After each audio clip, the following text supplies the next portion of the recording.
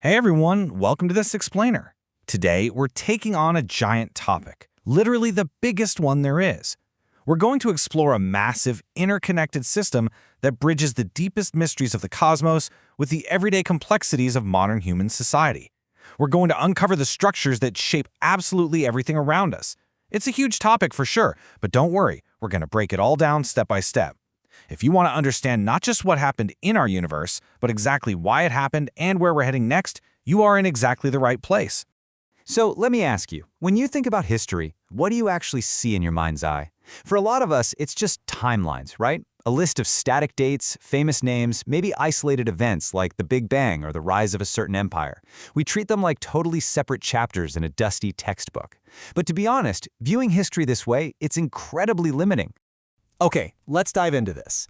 The best way to think about big history is like a massive iceberg.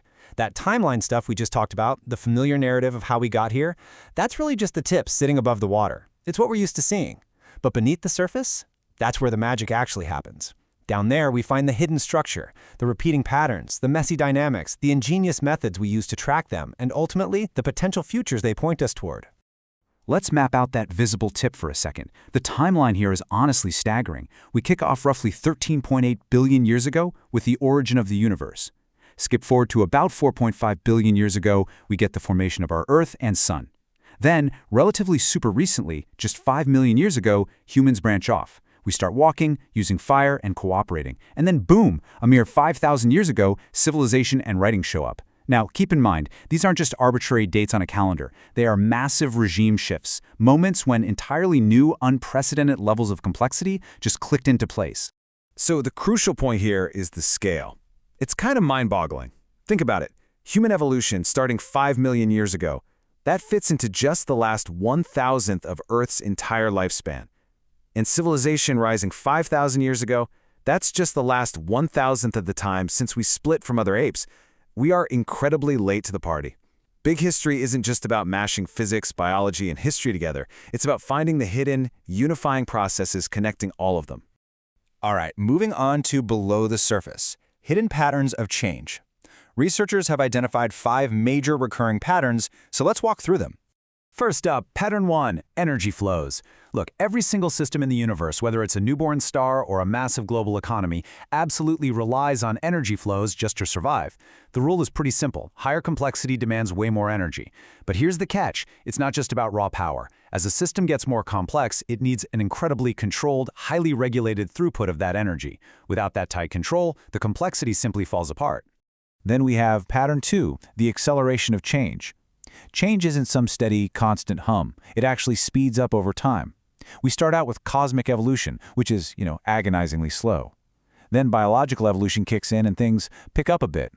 Add human evolution to the mix, blending biological changes with cultural ones, and things speed up a lot. Finally, civilization history just hits the gas pedal, relying almost entirely on fast technological shifts. Basically, as new complexity emerges, it provides more combinatorial options for the next level, making history feel like it's continuously compressing. Pattern 3 is all about connections across scale and time. Systems grow by building these increasingly intricate networks, always stacking on top of previous layers. Think about it. Elemental atoms have to exist before you can get stars. Planets have to form so minerals and molecules can do their thing. Life shows up and literally rewires the planetary atmosphere. Humans build on that with tools and cooperation, and civilizations eventually master ultra-fine technological control. It's just one massive, interconnected, stacking game. Which leads us beautifully into pattern 4. And this one is wild. It's about the relative size of objects across big history. Believe it or not, the sizes of things, from atoms to cells, humans, the Earth, the Sun, all the way up to the universe, share a strikingly common mathematical ratio. It's tied to just a few basic physical constants.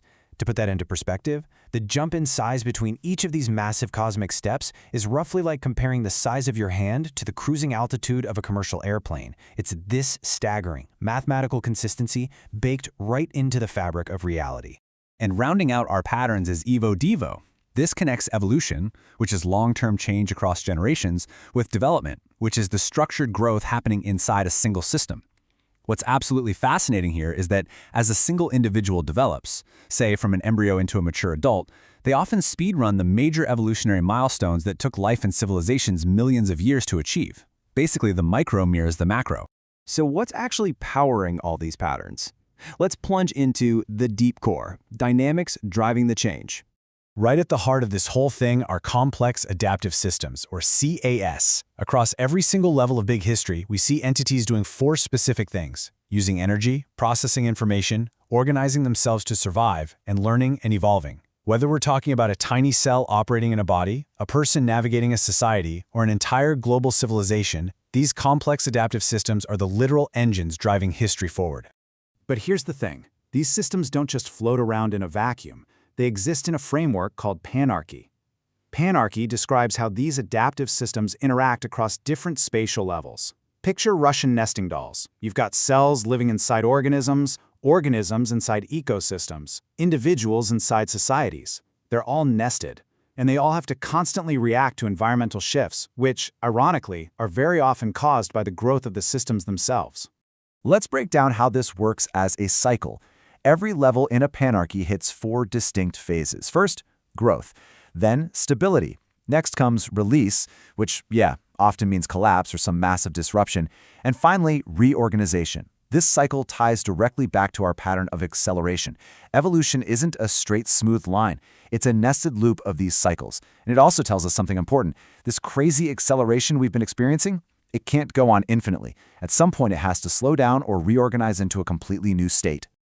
Now you might be thinking, how on earth do researchers actually study something this huge and messy?